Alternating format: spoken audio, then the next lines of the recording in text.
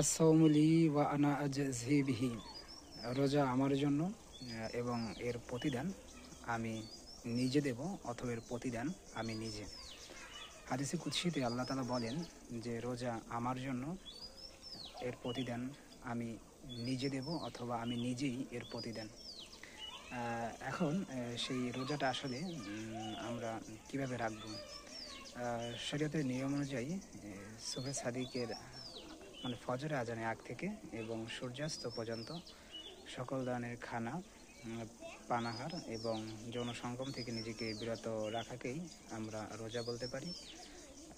তবে রোজার যেই শব্দটি রমাদান শব্দ হচ্ছে জ্বালিয়ে দেয়া, পুড়িয়ে দেয়া, অর্থাৎ আমার ভিতরে যত কুরিপু আছে, খারাপ যে জিনিসগুলো আছে সেগুলো একেবারে শেষ করে দেয়া এবং সেখানে ভালো বিষয়গুলোকে আরও ইনপুট করা, ভালো কাজগুলো বেশি করা। যে কাজগুলো করে আল্লাহ খুশি হন, রাসূল খুশি হন, যে কাজগুলো করতে আল্লাহ বলেছেন, রাসূল করেছেন এবং তিনি করে যেগুলো দৃষ্টান্ত রেখেছেন আমাদের সামনে, সেই কাজগুলো করা। এবং পাশাপাশি সকল ধরনের পাপাচার, অন্যায়, মিথ্যাচার, গীবত, পরনিন্দা, লোকনিন্দা, মানুষের সমালোচনা, এগুলো থেকে নিজেকে বিরত রাখা। এবং বিশেষ করে রিয়া বা লৌকিকতা, সেটা থেকেও দূরে থাকা। আমরা প্রায়শই ভুলে যাই যে রোজাটা হচ্ছে আল্লাহর জন্য। এখন সেটা আসলে মানুষের সামনে প্রকাশ করা এবং প্রকাশ করে সেখান থেকে এক ধরনের বাহবা নেয়া, অথবা মানুষের সামনে জাহির করা যে আমি রোজা রেখেছি, সেটা আসলে রোজার আসলে নৈতিকতার ভিতর পড়ে। সেটা আসলে রোজার নৈতিকতার ভিতর পড়ে কিনা সেটা একটু আমাদের বিবেচনা করা উচিত, ভাবা উচিত। আল্লাহ তাআলা সূরা বাইয়িনার ভিতর বলেন, ওমা উমিরু ইল্লা মুখলিসিনা লাহুদ্দিন, যে আমি মানুষদেরকে অন্য কোনো আদেশ দেইনি এটা ছাড়া যে তারা একনিষ্ঠভাবে আমার আমল করে।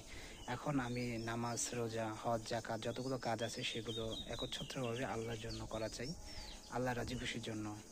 মানুষ কি বলবে অথবা মানুষ আমার সম্পর্কে ধারণা রাখবে, এটার উপর ভিত্তি করে আমি যে কোনো কাজ করি, সেটা রোজা নয়, যে কোনো কাজ করি সেটা আসলে মুক্তির পথ হতে পারে না।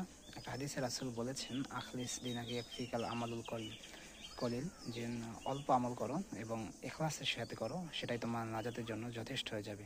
সুতরাং আমরা যদি রোজার পূর্ণাঙ্গ ফায়দা পেতে চাই, সেক্ষেত্রে আমাদের উচিত হবে পানাহার এবং যৌন সঙ্গম থেকে বিরত থাকার পাশাপাশি আমাদেরকে সকল ধরনের পাপাচার থেকে নিজেদেরকে বিরত রাখতে হবে, ভালো কাজগুলোর সাথে নিজেদেরকে অন্তর্ভুক্ত করতে হবে এবং পাশাপাশি আমাদেরকে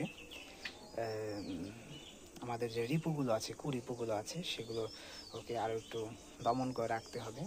আল্লাহ এবং রাসূল যে কাজ